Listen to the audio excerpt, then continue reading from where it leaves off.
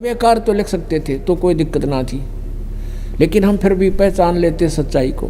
इन्होंने कविकार सर्वज्ञ करके ये बिल्कुल गलती कर दी।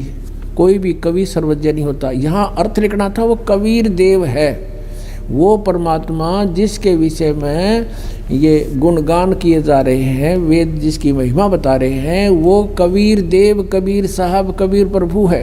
देव कहो, भगवान कहो, परमेश्वर कहो। अब देखिएगा, ये वही ऋग्वेद, हमने यजुर्वेद रख दिया है, ऋग्वेद फिर उठा लिया, वही जो पहले आपको दिखाया था। ये कहाँ से प्रकाशित है?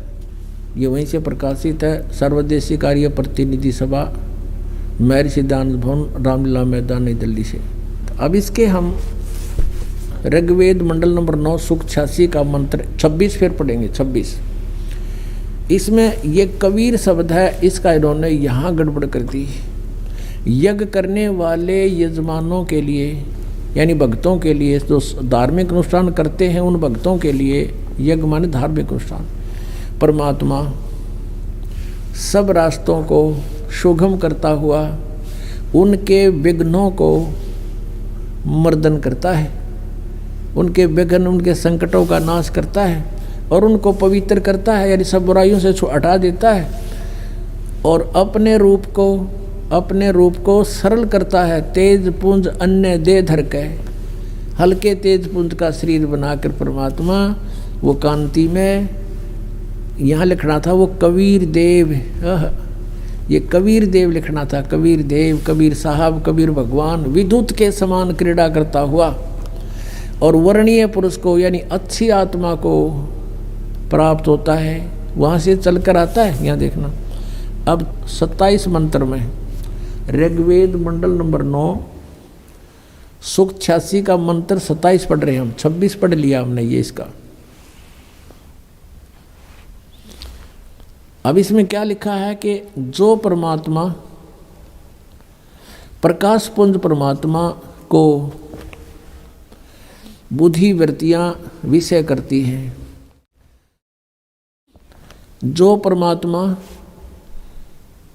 ध्रुवलोक के तीसरे पृष्ठ पर विराजमान है, या वहाँ पर रहता है, यूँ ध्रुवलोक के तीसरे स्थान पर, तीसरे पृष्ठ पर, तीसरे भाग पर ऊपर रहता है, यानी एक देशीय भगवान सिद्ध हो गया कि कहीं एक स्थान पर रहता है।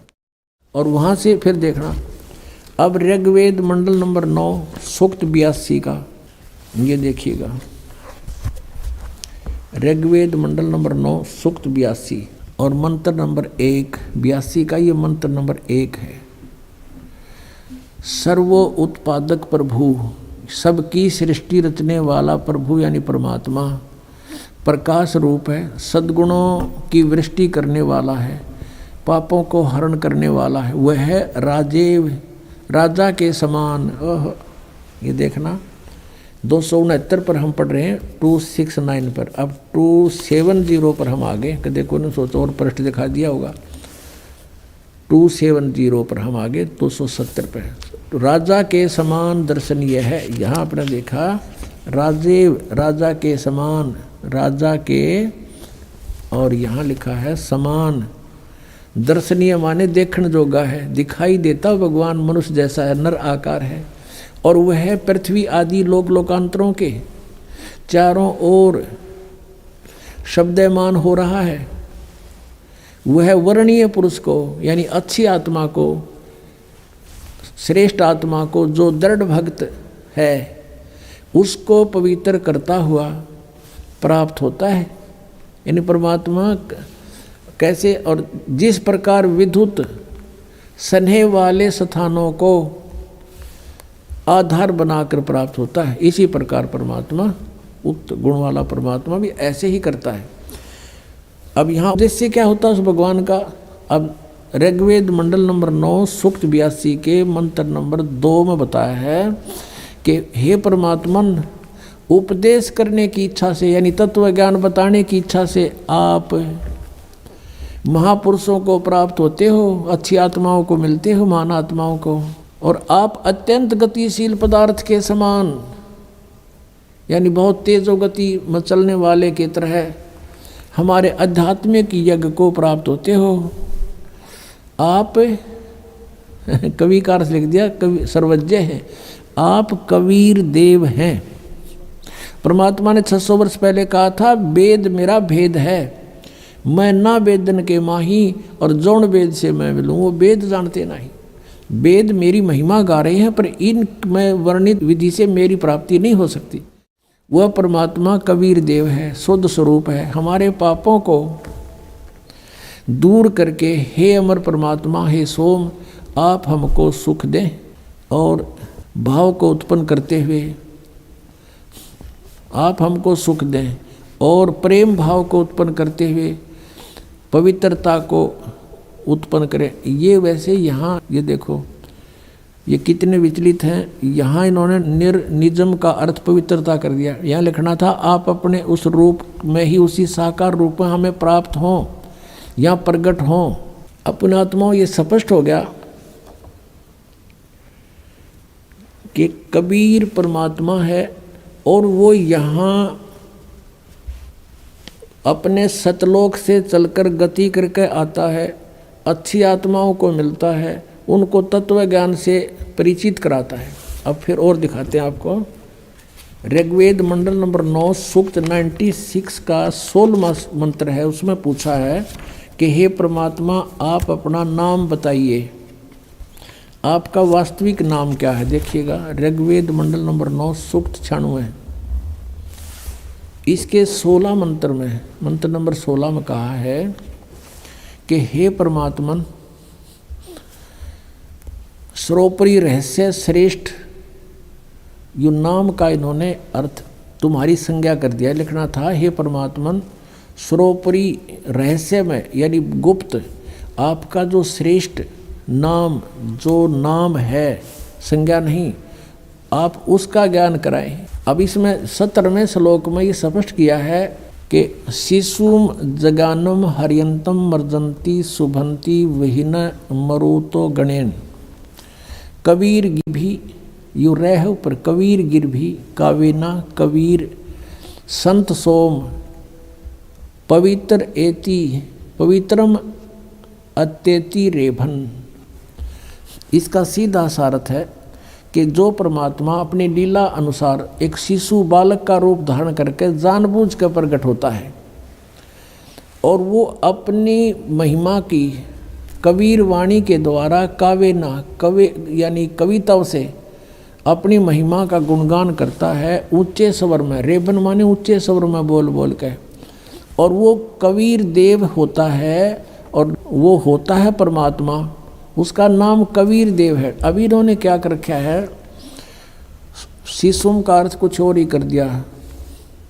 उस परमात्मा को जो सदा प्रकट है, जो अत्यंत कमनीय है, उसको उपासक लोग बुद्धि विषय करते हैं और उसकी स्तुति द्वारा उसके गुणों का वर्णन करते हैं। विद्वान लोग उस गतिशील परमात्मा का गुणों के गणों द्वारा वर्णन करते हैं। अब यहाँ इन्होंने क्या कर दिया, इस कबीर गिरभी को 2 भाग कर दिए। कवि कबीलो कर दिया कबीर का, और गिरभी माने वाणी द्वारा। यहाँ लिखना था कबीर वाणी द्वारा, कबीर कबीर गिरभी, गिरभी माने वाणी द्वारा, गिर माने वाणी, गिरभी माने वाणी द्वारा, कबीर वाणी द्वारा। और काविन कविताओं से बोलता है।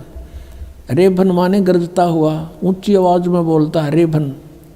इसका इन्होंने इस एक कवि का अर्थ तो कर दिया कबीर का, इस कबीर का अर्थ नहीं किया। आप देख लो, ये ब्रैकेट में इनकी संस्कृत है, इसमें कहीं पर भी दूसरा कबीर नहीं है। कबीर ये देखो, ये पीछे देख के खूब देख सकते हो। और यहाँ केवल एक कबीर लिखा है, ये लिखा है कबीर। ये कबीर गिरभी, कबीर वाणी द्वारा लिखना था। उसके बाद कबीर शब्द नहीं है, ये इनके सब आदि है, इसमें कहीं पर भी कबीर शब्द नहीं है।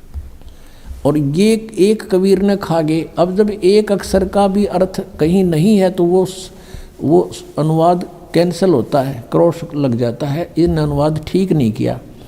अब इसका अर्थ ये है, ये दास बताएगा, परमात्मा ने ये 4 वेद 5 वेद दिए थे इस काल को, और जो कुछ भी इसमें लिखना कहना सुनना था हमारे लिए वो सारा कुछ लिख कर इसको दे दिया। अब उसने एज इट इज बाहर निकाल दिए, ये न्यो के न्यो है।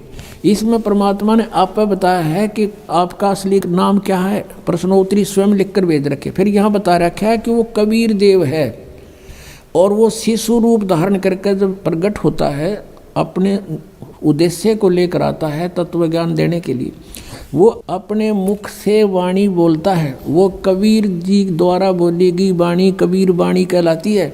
उस कबीर वाणी द्वारा कविताओं से यानी कविताओं के माध्यम से लोकोक्तियों के माध्यम से अपना सत्ज्ञान उच्चारण करता है, बोलता है। वो परमात्मा होता है कबीर देव। कबीर संत सोम वो ऋषि या संत रूप में प्रकट होता है और वो कवियों की तरह आचरण करता है, वो होता है परमात्मा।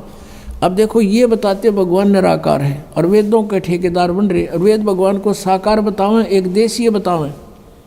अब आपको दिखाते हैं इसी ऋग्वेद मंडल नंबर 9, इसको बाद में लेंगे।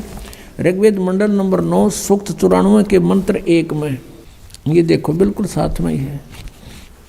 ये देखिएगा, ये वही ऋग्वेद है, ऋग्वेद मंडल नंबर 9 और सूक्त 94 और इसका प्रथम मंत्र है ये वाला। इसमें क्या लिखा है, हमने जो अपने आवश्यकता वो पढ़ेंगे। सूर्य के विषय में जैसे रश्मियाँ प्रकाशित करती हैं इस प्रकार मनुष्यों की बुद्धियाँ अपनी अपनी उत्कट शक्ति के विषय करती। हमने ये देखना है, यहाँ देखना कि वह परमात्मा जिस परमात्मा में सर्वोपरि बलों के समान शुभ बल है, वह परमात्मा कर्मों का अध्यक्ष होता हुआ सबको पवित्र करता है और कवियों की तरह आचरण करता हुआ सर्वद्रष्टा पद के लिए इंद्रियों के अधिकरण मन के समान ये अपनी बकवास करे हैं कि वो कवियों की तरह आचरण करता हुआ विचरता है। उसका अर्थ ये है सही। अब इसमें स्पष्ट हो गया कि वो परमात्मा कवियों जैसा आचरण करता हुआ सर्वद्रष्टा रूप में पृथ्वी पर भ्रमण करता है। नीचे उतर का आता है कवियों की तरह आचरण करता है। और अभी इसी को सेकंड कर रहे हैं ऋग्वेद मंडल नंबर 9 और सूक्त 96 का मंत्र 18 कि वो परमात्मा जो ऋषि रूप में प्रकट होकर या संत रूप में प्रकट होता है और कबीर वाणी द्वारा अपनी वाणी द्वारा अपने मुख से बोल बोल कर जो ज्ञान देता है वो सच्चिदानंद घन ब्रह्म की वाणी कहलाती है। गीता जी अध्याय नंबर 4 के श्लोक नंबर 32 में इसी का वर्णन है कि उस ब्रह्मणे मुखे, उन्होंने गीता अनुवादकर्ताओं ने वहाँ अनर्थ कर रखा है ब्रह्मणे मुखे का अर्थ वेद की वाणी लिख दिया, वेद की वाणी वो गलत लिखा है। वो लिखना था सच्चिदानंद घन ब्रह्म से के मुख से उच्चरित वाणी, यानी परम अक्षर ब्रह्म ने स्वयं आकर जो अपने मुख से बोला वो ज्ञान, उसमें धार्मिक अनुष्ठानों की जानकारी यज्ञों की विस्तार के साथ दी गई है और वो तत्व ज्ञान है। गीता जी अध्याय नंबर 4 के श्लोक 34 में कहा कि उस तत्व ज्ञान को कोई तत्वदर्शी संत बताएगा। गीता ज्ञानदाता भी अनभिज्ञ है। तो यहाँ ये बता रहे हैं कि वो परमात्मा अपने मुख से बोलता है वाणी कबीर वाणी, और जिस कारण से वो प्रसिद्ध कवियों की भी उपाधि प्राप्त करता है। और ऋग्वेद मंडल नंबर 9 सूक्त 94 का मंत्र 1 स्पष्ट कर रहा है कि वो परमात्मा सर्वशक्तिमान है और यहाँ पृथ्वी पर आकर के एक कवियों जैसा आचरण करता है। इन्होंने अनुवादों को अनर्थ कर रखे हैं, फिर भी सच्चाई छुप नहीं सकी, क्योंकि ये भगवान को निराकार मानते थे। और यदि वेदों में 10-20 मंत्र होते तो ये अड़ंगा और कर देते, ना समझ माती। ये मतलब ठोक रखा, इतना ज्ञान भर रखा है भगवान का, और इन्होंने कोशिश भी की है छुपाने की, बहुत अर्थों के अनर्थ किए, फिर भी सच्चाई नहीं छुप सकी। परमात्मा ने इनकी दुर्बुद्धि पर पर्दा डाल दिया जब इन वेदों का अनुवाद किया गया। इनका याद देना रहा दानंद के बताया करता हूँ तो निराकार है, और वेदों में साकार लिखा रही अनुवाद खुद कर रहे, और फिर डंडोरा पीटे भगवान निराकार है। रामपाल झूठ बोला है। ये कहते हैं रामपाल ने संस्कृत ना पढ़नी आती इसलिए क्या जाने वेदों को, तो महर्षि था दानंद तो वेद दोनों बड़ा विद्वान था। अब तुम्हारे अनुवाद में दास दिखा रहा है कि देख लो इसमें साकार बता रहे हैं वेद। तुम अनुवाद करने भी आप ही हो करने वाले। तो पुण्यात्मा ये आप पर रहम कराया भगवान ने। यदि ये दास अनुवाद करता तो शायद स्वीकार होता, इनसे ही करवा दिया पहले मालिक, क्योंकि उसके हाथ में सब रिमोट है सबका। जीव तो जीव होता है, वो परमेश्वर है, उसने आपके लिए रहम करवाया। आज उन्हीं के द्वारा जो निराकार का डंडोरा पीटा करते, ठोक कर कहा करते भगवान तो निराकार है, एक देश कहीं पर नहीं रहता किसी लोक में, आज उन्हीं के कर कमलों से लिखवा दिया कि भगवान साकार है। उसका नाम कबीर देव है, वो मनुष्य सदृश्य है और वहाँ से चल कर आता है। जब भगवान सर्वव्यापक है तो चल कांड की जरूरत क्या रहेगी उसको, वो तो अपने आप ही पहले से आपके पास है निराकार रूप में। तो निराकार नहीं, भगवान साकार है, नरवत मनुष्य सदृश्य है। कम से कम 10 मंत्रों में लिखा कि नरवत अग्नि, नरवत देव, नरवत शंभु, मनुष्यवत अग्नि, मनुष्यवत भगवान परमात्मा, वो मनुष्य के सदृश्य है। अब इसको फिर हम लेते हैं कि ऋग्वेद मंडल नंबर 9 सूक्त नंबर 96 में के मंत्र नंबर 16 में पूछा है कि आप अपना नाम बताइए, ओरिजिनल नाम क्या है। यहाँ बताया कि उसका वो कबीर देव है। कबीर देव उसको लोग कवि कहते हैं क्योंकि वो अपनी महिमा की वाणी कवियों की तरह आचरण करके बोलता है, लेकिन वो तो परमात्मा होता है। कवि तो कविताओं तक सीमित है। इस परमात्मा ने सब सदग्रंथों का, सब वेदों का, सब पुराणों का, कुरान का, बाइबल का, सब का भेद खोल कर अपनी अमृतवाणी में सुख संवेद में लिख दिया। तो ये कवियों के सत्र का ज्ञान नहीं है, तो वो कवि की उपाधि भी प्राप्त करता हो परमात्मा। देखिएगा ये ऋग्वेद मंडल नंबर 9 और सूक्त 96। अब हमने ये पढ़ लिया, 16 पढ़ लिया कि हे परमात्मन आप अपने उस गुप्त रहस्य में श्रेष्ठ नाम का जो नाम है उसका आप ज्ञान कराएं। अभी इसमें ज्ञान करा दिया कि वो जो शिशु रूप धारण करके परमात्मा उत्पन्न होता, प्रकट होता है। अपनी 5-6 वर्ष की आयु में ही परमात्मा अपनी महिमा की वाणी को काव्यना, कविताओं के माध्यम से बोलना, ऊंचे स्वर में बोलकर, अत्यंत ऊंचे स्वर में पवित्र वाणी को, वो संत सोम, वो कबीर देव, वो अमर परमात्मा कबीर नाम है उसका, कबीर देव होता है। अब यहाँ तक हमने पढ़ लिया कि वो कबीर वाणी द्वारा काव्यना, कविताओं से अपनी महिमा, स्तुति नहीं, कविताओं से अपनी महिमा सुनाता है। वो संत, वो कबीर देव, वो कबीर, वो अमर सोम माने अमर परमात्मा, वह परमात्मा कबीर होता। कबीर जो संत या ऋषि रूप में प्रकट होकर के उपदेष्टा बनता है, उपदेश देता है।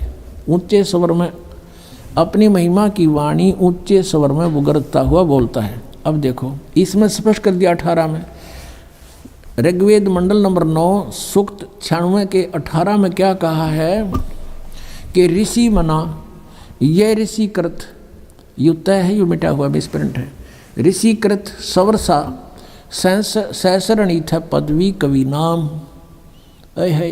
कहते वो परमात्मा जब ऋषि या संत रूप में प्रकट होता है, उस ऋषिकृत यानी ऋषि कहो, ब्राह्मण कहो, संत कहो, उस संत रूप में या ऋषि रूप में प्रकट परमात्मा के द्वारा ऋषिकृत, और ऋषि मना साधु स्वभाव के भक्तों के लिए वो सवर्षा माने बहुत आनंददायक उनकी वाणी होती है। वो असंख्यों वाणी बोलता, हजारों वाणी बोलता, इस संचरण इत्था माने हजारों वाणी। और वो कवि नाम पदवी, वो एक प्रसिद्ध कवियों की उपाधि भी प्राप्त करता है इसी कारण से, क्योंकि वो अपनी महिमा की वाणी को काव्यना, कविताओं से उच्चारण करता है, गरजता हुआ बोलता है, ऊंचे स्वर में दहाड़ता है। चारों युग में संत पुकारे, कूक कहा हम हेल रे। परमात्मा भी कहते हैं मैं रुक के मार मार के कहा करता हूँ चारों युगों में, और हीरे मोती माणिक बरसाएं ये जग चलता ढेल रे। तो कहते हैं वो गरजता हुआ, भगवान भी कहते हैं मैं ऐसे ही बोलता हूँ जो वेद बता रहे हैं। ऋषि मना, ये ऋषि कृत सवर्षा, यानी स्वर्ग, स्वर्ग कह रहे स्वर्ग हो गया भाई, बड़े आनंद आ गया। और सहसरणित है, हजारों वाणी बोलता है, जिससे कवि नाम पदवी, कवियों की पदवी भी प्राप्त करता है। और तृतीयम धाम मही से शेषा संत सोम विराजमान, राजती विराजमानु, उसमें विराजमान है वो परमात्मा उस तीसरे धाम में रहता है। एक लोक तो ब्रह्म का, दूसरा लोक अक्षर पुरुष का और तीसरा परम अक्षर पुरुष का सतलोक है, वो सतलोक में रहता तीसरे धाम। अब देखो इनके द्वारा अनुवाद, इन्होंने ज्ञानवाद किया है।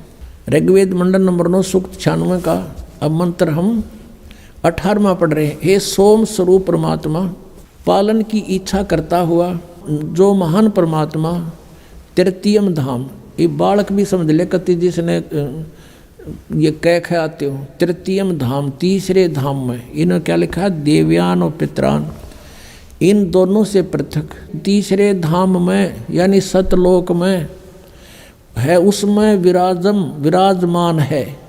इन्होंने लिख दिया वो ज्ञान योगी, यो ज्ञान योगी हटा दिया यहाँ पर अनरस करने के लिए। इनका याद आ गई, हमने जब यूँ भगवान लिख दिया तो साकार सिद्ध हो गया, लेकिन यहाँ भूल गए ये ऋग्वेद मंडल नंबर 9 सूक्त 86 के 27 में भूल गए ये 9 के 86 ऋग्वेद मंडल नंबर 9 सूक्त 86 का ये मंत्र 27 जो अभी पढ़ा था हमने कि जो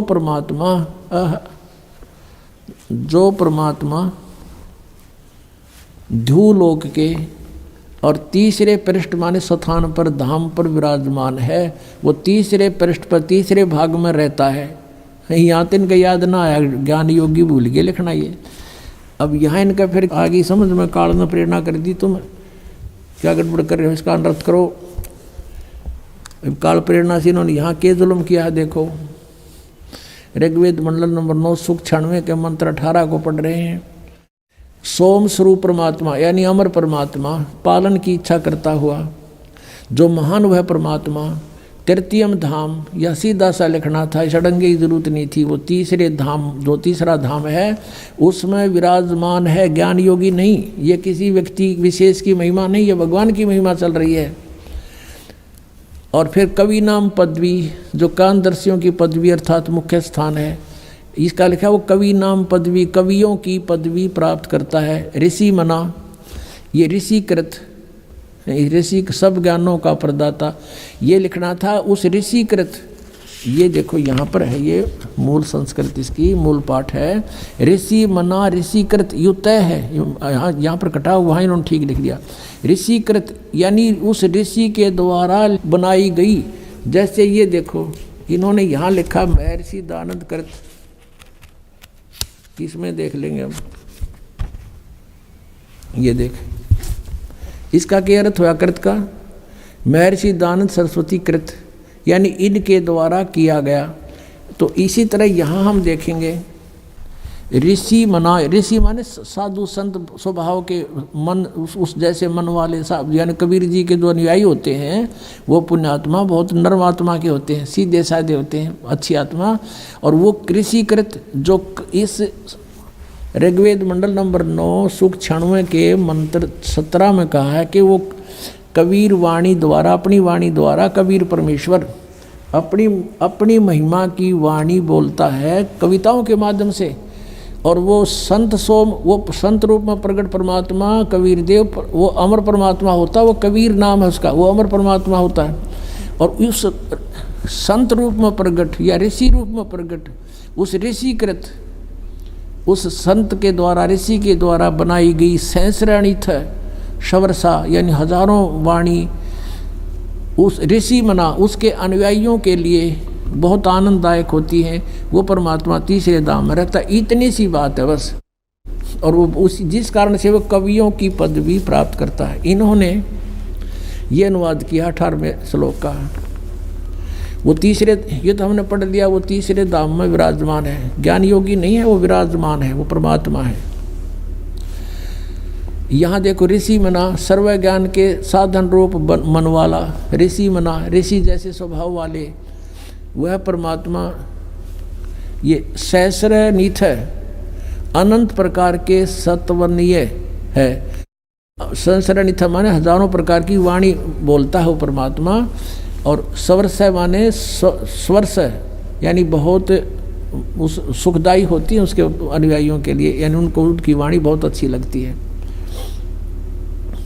फिर 19 में क्या कहा है, ऋग्वेद मंडल नंबर 9 सूक्त 96 के मंत्र 19 में ये खुद कहते हैं तुरियम धाम, एक चौथा, तुरियम माने चौथा, ये तो तृतीयम, ये तृतीय है, तृतीयम, ये है तुरियम। तुरियम माने चौथा होता है संस्कृत में, तुरियम माने चौथा, और धाम माने धाम। तो वो परमात्मा तुरियम धाम महिष विभक्ति, उसको वो स्वयं ही आकर बताता है चौथा धाम और है अकय लोक जिसको कहते हैं हम। पहला लोक हमारे संत भाषा में सतलोक, दूसरा अलखलोक, फिर तीसरा अगमलोक, चौथा है वो तुरियम धाम अकय लोक, जहाँ से परमात्मा ने सबकी रचना की है, नीचे के लोक भी बनाए हैं। विभक्ति माने वर्णन करता है। इन्होंने लिखा तुरियम माने चौथा, धाम माने परम पद परमात्मा है। उस महापुरुष उक्त तुरीय परमात्मा का, तुरीय माने चौथा, तुरीयम माने चौथा, चौथे परमात्मा का वर्णन करता। कौन महापुरुष? वो स्वयं परमात्मा आता है, वही परमेश्वर अपने उस संत रूप में, महात्मा रूप में प्रकट अपनी ही महिमा आप ही बताता है। अब देखो 20 में कमाल कर दिया, साकार भगवान सिद्ध कर दिया। वह परमात्मा जिस प्रकार एक संघ को उसका सेनापति प्राप्त होता है, यानी बहुत बड़े श्रद्धालुओं का वो मुखिया होता है, इसी प्रकार ब्रह्मांड रूपी को उसको प्राप्त होता है, होकर ऊंचे स्वर से गरजता हुआ, ऊंचे स्वर से वाणी बोलता है, इस ब्रह्मांड रूपी विस्तृत प्रकृति खंड में भली भांति प्रविष्ट होता है। जैसे कि मरिए मनुष्य, ये देखो, जैसे मनुष्य शुभ्र शरीर को धारण करता हुआ अत्यंत गतिशील पदार्थ के समान प्राप्ति के लिए गतिशील होता हुआ। अब देख लिया ना, क्यों परमात्मा जैसे मनुष्य जैसा है, और जैसे मनुष्य शुभ्र शरीर, सुंदर शरीर धारण कर लेता है, यानी जैसे कपड़े डाल लिए मनुष्य ने, ऐसे ही परमात्मा मनुष्य की तरह सुंदर शरीर, शुभ्र माने सुंदर शरीर धारण करके प्रकट होता है, यहाँ आता है। अपना आत्मा जब वो परमात्मा यहाँ आता है, वो करता क्या है? कवियों जैसा आचरण करता है। यह आपने ऋग्वेद मंडल नंबर 9 सुख 94 के मंत्र 1 में पढ़ लिया कि वो परमात्मा कवियों जैसा आचरण करता है। लेकिन वो परमात्मा होता है तो वो कबीर इज गॉड है, वो कबीर परमात्मा है जिसने ये लीलाएं की। अब परमेश्वर ने कहा था, वेद मेरा भेद है, मैं मिलूं वेदन से नाही, और जौन वेद से मैं मिलूं उसको वेद जानते नहीं। चारों वेद मेरी ही महिमा का गुणगान कर रहे हैं, और इन वेदों में वर्णित विधि से मेरी प्राप्ति नहीं हो सकती। और जिस वेद से, जौन वेद से, यानी सूक्ष्म वेद से जो परमेश्वर ने स्वयं आकर अपनी वाणी में बोला, कहते उस वेद से मैं मिलूं, ये वेद जानते नहीं। अपना आत्मा संक्षिप्त में सृष्टि रचना सुनाता है ये दास आपको, जो परमेश्वर ने ही आकर बताई है। अभी आपने सुना था कि धर्मदास ये जग बोराना, और कोई ना जाने पद निर्वाणा, यही कारण मैं कथा पसारा, सबसे कहिए एक राम ने आ रहा। और यही ज्ञान जग जीव सुनाओ, सब जीवों का भ्रम नसाओ, भ्रम गए जग वेद पुराना, और आदि राम का किसी ने भेद नहीं जाना। अब मैं तुमसे कहूँ चिताई, तिन देवन की उत्पत्ति बाई, ज्ञानी सुने सो हृदय लगाई, और मूर्ख सुने तो समझ में नहीं आई, गम नहीं पाई। माँ अष्टंगी पिता निरंजन, ये जमदारुण वंशन अंजन, पहले की निरंजन राई, पीछे से माया उपजाई। माया रूप देखती शोभा, देव निरंजन तन मन लोभा। धर्मराय की ने भोग विलासा, माया को रही तबासा, यानी ये प्रेग्नेंट होगी दुर्गा। और 3 पुत्र अष्टंगी जाए, ब्रह्मा विष्णु शिव नाम धराए।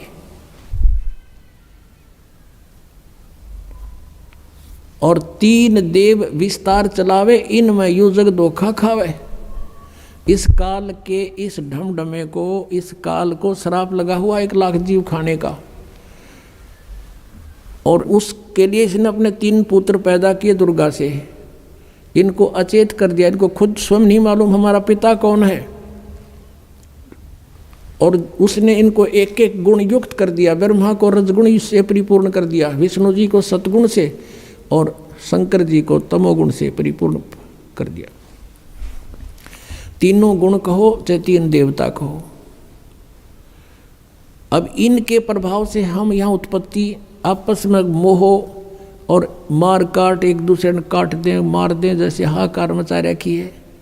हिंदू मुसलमान का झगड़ा, हिंदू हिंदू का झगड़ा, कि तो मुसलमान मुसलमान का दुश्मन, राजाओं की लड़ाई, कि तो फ्लड आ गया कहीं पर एक्सीडेंट दुर्घटना में इसने कति बुच्चड़ खाना बना रखा है ये किस ब्रह्मांड। और हम बाकी ने सोचा हम तो नहीं मरे, बाकी वो मर गया फलाना, अच्छा वो हो भाई बड़ी बुरी हुई। और अपना अपन कहना अब अपना नंबर नहीं, नंबर तो 100 दिन, पर हम आँख मीच रहे कबूतर की तरह, पर कब तक मीचेंगे। तो इस ज्ञान से फिर हमारी आँख भी खुलेंगी और हमें वो भगवान मिल जाएगा जो इससे आउट कर देगा, ये हमें नहीं मार सकता फिर किसी सूरत में भी। अगर यहाँ भी तुम जीना चाहते हो सुख से तो इस मालिक की शरण में रहना पड़ेगा ताकि वो कसाई खावे को ना अपने। तो वो परमात्मा कबीर देव है, कबीर साहब है, यह हाहाकार मचा रहा है। किसका उद्देश्य ये कि इनको सबको यहाँ दुर्गति करूँ, इन ये भगवान की भक्ति ना कर सकें, ऐसी स्थिति का शरीर दे दिया हमारे को। इसमें कभी बीपी हाई हो रहा, कभी लो हो गया, कदे जाड़ पड़वानी, कदे आँख बनवानी, कभी कुछ हो रहा है, कदे कुछ एलर्जी होगी, फलाना हो गया। सारा ब्रान माटी इस जीव की है और इस पेट के लिए सारा दिन लगे रहो। परमात्मा की तरफ जानना ना जाओ, और यदि कोशिश करें परमात्मा की तरफ तो उल्टा ज्ञान ग्रहण करा दिया सबसे। अब डोए जाओ डले रहना काल के जाल में। तो उस परमेश्वर ने दया करी हमारे ऊपर के मेरे बच्चे दुखी हो गए। सतलोक में रहा करते थे, वहाँ कोई इनको दुख नहीं था। अपने के लिए अपना ही दुखी होता है और उसके लिए वो परमात्मा हमारे लिए भटक रहे हैं। हमने वहाँ गलती की थी। अब 10 मिनट में एक वर्बली आपको सृष्टि रचना सुनाएंगे। पुण्यात्माओं, आप बुद्धिमान हो, अब कोई बालक नहीं, बहुत बुद्धिमान व्यक्ति हो गया है मानव इस कलियुग के अंदर। ये भी देन परमात्मा की है।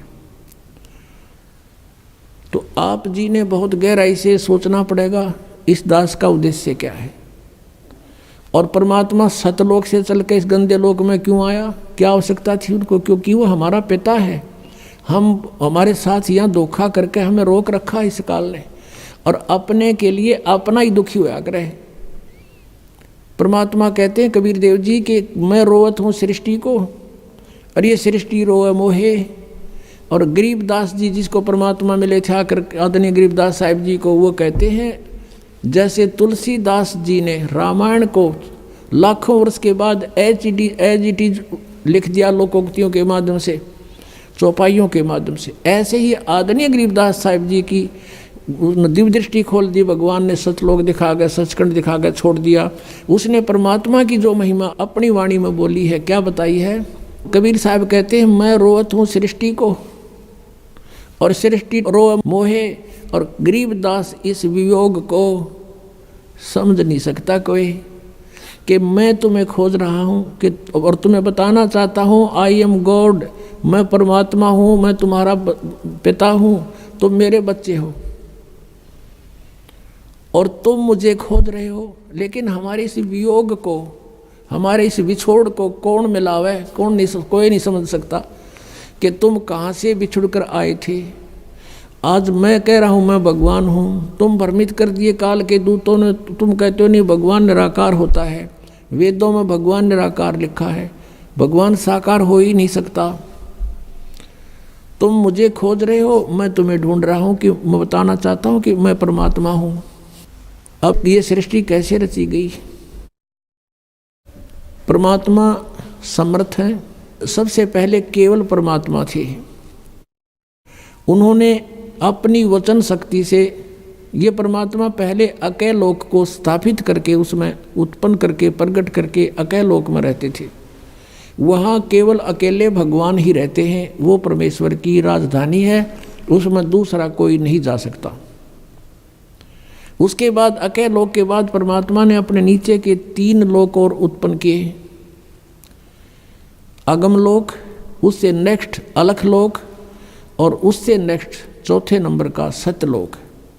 और नीचे से हम गिनेंगे तो प्रथम सतलोक, दूसरा अलखलोक और तीसरा अगम और चौथा वो अकय लोक है। जैसे अभी आपने ऋग्वेद मंडल नंबर 9 सूक्त 96 के मंत्र 19 में पढ़ा कि वो तुरियम धाम, वो चौथा धाम है, वो अकय लोक है, समुद्र की तरह है, यानी समुद्र सभी जलों का स्रोत होता है। ऐसे वो परमात्मा का जो अकय लोक है सभी का स्रोत है। वो उसी परमेश्वर ने फिर 4 अन्य रूप धारण किए। एक रूप में वो अगम लोक में आके अगम पुरुष नाम से विराजमान हुए और अलख लोक में आकर के अलख पुरुष और सतलोक में आकर के वो सतपुरुष नाम से, यानी उपमात्मक नाम है उस परमात्मा की, उपाधि के नाम है ये। उनका रियल नाम कबीर देव है, वो कबीर साहब है। जैसे कुरान में अल्लाह अकबर कहते हैं, अल्लाह कबीर, अल्लाह अकबीर, अकबर, अकबर कहने लगे उसको अकबर, वो कबीर है।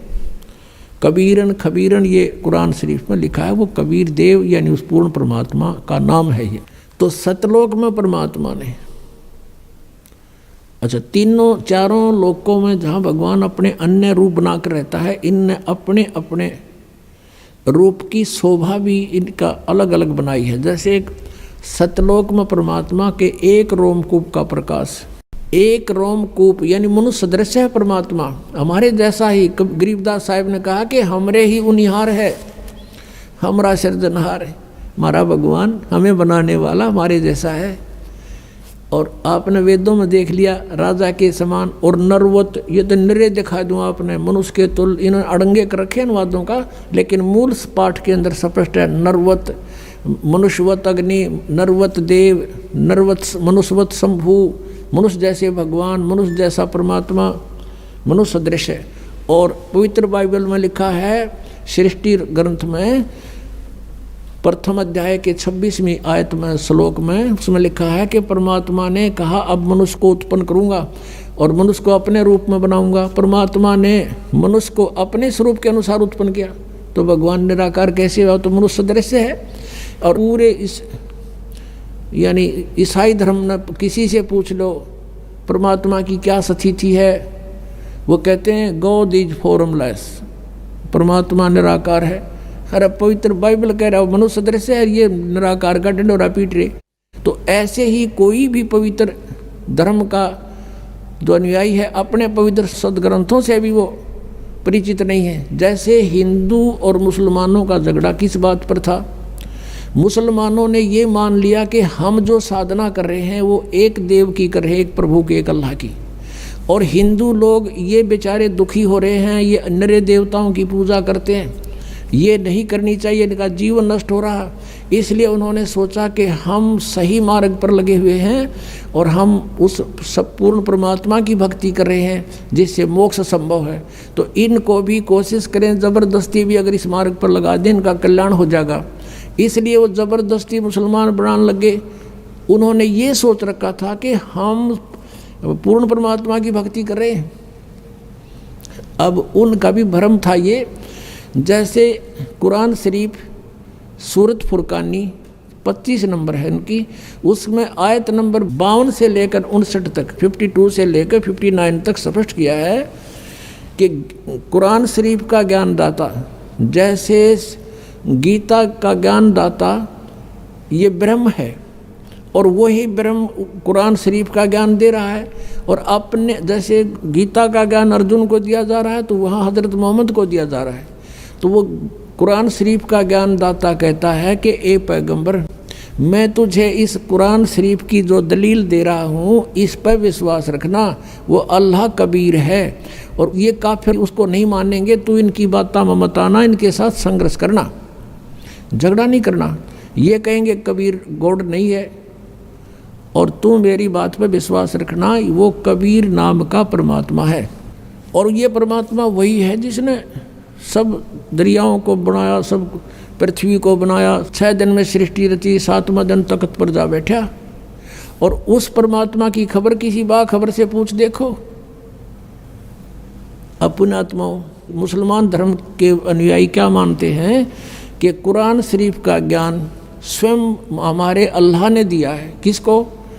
हजरत मोहम्मद को दिया है। उसके देने के तरीके चाहे भले ही कुछ भी रहे हों, चाहे वो स्वयं आकाशवाणी से दिया हो, चाहे उसके अंदर वह प्रवेश कर दी हो, या किसी फरिश्ते ने दिया हो, वो केवल संदेश वाहक था फरिश्ता, ज्ञान दिया उस भगवान ने। तो वो अल्लाह कह रहा है, जिसको मुसलमान धर्म अपना अल्लाह मानते हैं, कि तू जो मैं ज्ञान दे रहा हूँ ये सत्य है, और ये वो परमात्मा है कबीर जिसने 6 दिन में सृष्टि रची, 7वें दिन तख्त पर जा बैठा। और इसकी खबर किसी बाखबर से पूछो, यानी कुरान शरीफ का ज्ञानदाता भी अल्पज्ञ है, वो भी नहीं जानता उस अल्लाहु अकबर यानी कबीर परमात्मा के बारे में जिसने 6 दिन में सृष्टि रची, 7वें दिन तख्त पर जा बैठा। उसकी जानकारी तो तत्वदर्शी संत बताओगे, बाखबर, उनसे पूछो। तो इससे सिद्ध हो गया कि ये भी इनकम्प्लीट गॉड की साधना कर रहे थे, अधूरे परमात्मा की। तो और ये इसी आधार से कहा करते थे कि तुम काफिर हो, तुम भगवान को ना पूछकर सब देवताओं की पूजा करते हो।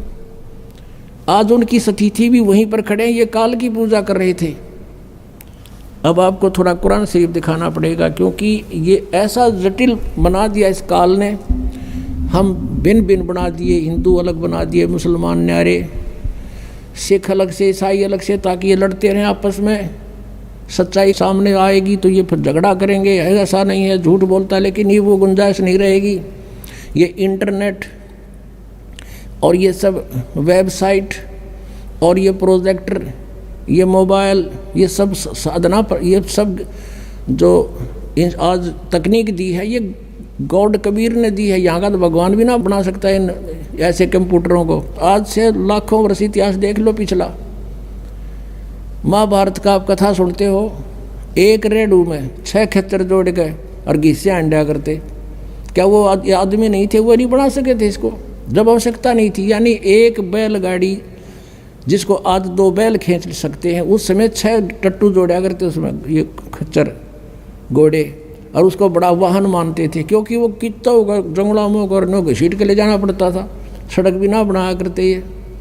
तो कहने का भाव ये है कि ये टेक्निक भगवान ने दी है, और इसलिए दी है कि अब ये बच्चे मुझे पहचान लेंगे। आज कुछ ऐसे आधुनिक इंस्ट्रूमेंट बना दिए भगवान ने, जिससे भगवान की लीला को समझने में आसानी हो रही है। एक छोटी सी चिप है इतनी की, और उसके अंदर कितना मैटर आ जाता है गिनती नहीं होती। इसलिए परमात्मा को समझना बहुत आसान है। जैसे हम एक यहाँ पर बैठा हुआ व्यक्ति फैक्स कर देता है और कहीं निकाल लो उस मैटर ने एज इट इज, कोई तार नहीं बीच में। तो ऐसे ही परमात्मा ने हम सब कर्मों का हमारे अंतःकरण के अंदर हमारे शरीर में एक ऐसा इंस्ट्रूमेंट लगा रखा है, जिसमें वो असंख्य जन्मों के आपके संस्कार डिपॉजिट हैं कोड वर्डों में, और एक कॉपी भगवान के पास है। और उसने परमात्मा ने कोई जरूरत को नहीं आपके पीछे पीछे घूमने की, इंस्ट्रूमेंट लगा दिए, जो करोगे उसमें लिखा पाओगा, और वहाँ देख लेगा, काजा उड़े ऑन कर देगा आपकी, ये चल पड़ेगी सीडी। आपसे पूछने की आवश्यकता नहीं भगवान ने, या तो 6 गवाह चाहिए एक दोषी को करार करने के लिए, वहाँ आवश्यकता नहीं है। कितना दयालु है भगवान आपके ऊपर, वो कितने रजा है आपके ऊपर परमात्मा कबीर देव की। आप अन्य संतों के सत्संगों में जाते थे, ये इधर जय गुरुदेव एक पंथ चल रहा है मथुरा में, वो भी राधा स्वामी की ब्रांच समझ लो, 5 नामों पर गाटा जोड़ रखे है। वहाँ से आए हुए भगत बताते हैं कि वहाँ कह तो ज्ञान नहीं था, और हम उनको परम संत मान के श्रद्धालु वहाँ बैठे रहते थे। और जहाँ हम वो सत्संग करते थे, अपने आप एक टेंट लगाए जाते थे, आप पे बनाओ और आप पे खाओ, कितना पढ़ो कितना सो, नहाओ धो ना की तो व्यवस्था है, कुछ नहीं उनकी तरफ से व्यवस्था होती थी। अब जाते हैं दूसरे पंथों के पास, संतों के पास, कहते हैं अपना सारा सामान साथ ले जाओ गुदड़ा, और वहाँ एक पराल का पूड़ा दे दिया करें, 20 रुपये लें जमा करा दो, ये पराल बिछाओ और अपने कम्बल बिछाओ और सो जाओ।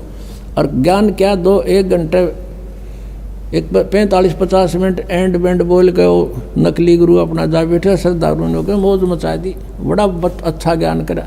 ज्ञान का उन्हें कह का भी ना पता, ज्ञान तो ये है दास का गला सूख लेता है, इस ज्ञान का अंत नहीं आता। और आप पर कितनी मेहर कर रखी, नीचे बैठ बिछा रखा भगवान ने, इस दासों की ड्यूटी लगा रखी अपने बच्चों के लिए, तुम कितनी पुण्यात्मा हो। और दे कर काची रजाई और छका के देसी घी का माल बैठा दिए, सुनो ये मेरी महिमा।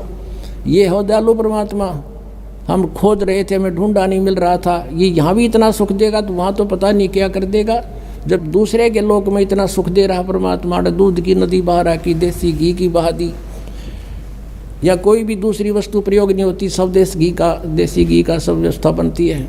तो ये सतलोक से आता पुण्यात्मा, और यहाँ का नहीं है। वो कहते हैं जब परमात्मा कबीर देव जी आए थे, उनके साथ मजाक कर दिया था और 18 लाख व्यक्तियों को चिट्ठी लिख दी थी, कबीर जी भंडारा करेंगे।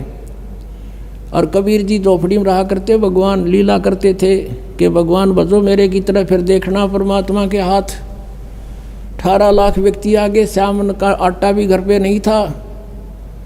परमात्मा लीला, वहाँ तो कबीर रूप में बैठे हैं एक गरीब व्यक्ति के रूप में, और सतलोक में गए, वहाँ से 9 लाख बैलों के ऊपर बना बना सारा सामान सतलोक से लेके 1 सेकंड में यहाँ आगे गर्मा गर्म और भंडारा ला दिया। 3 दिन तक 18 लाख व्यक्तियों का भंडारा छिका दिया परमात्मा ने। और चिट्ठी में लिखा था कि कबीर एक असरफी देगा सोने की, एक दोहर देगा कंबल, वो भी साथ दिए थे। यानी उनका मुंह मोड़ने के लिए जो भगवान कबीर जी को नीचा दिखाना चाहते थे। तो पुण्यात्माओं, तब कबीर जी ने कहा था, ये खाकी खंजूसपुर अन्न का नहीं सुमार। और दूसरा रूप केशव नाम धर के आगे थे कि व्यापारी का रूप बना के, गरीब दास केशव के अन्न का नहीं सुमार।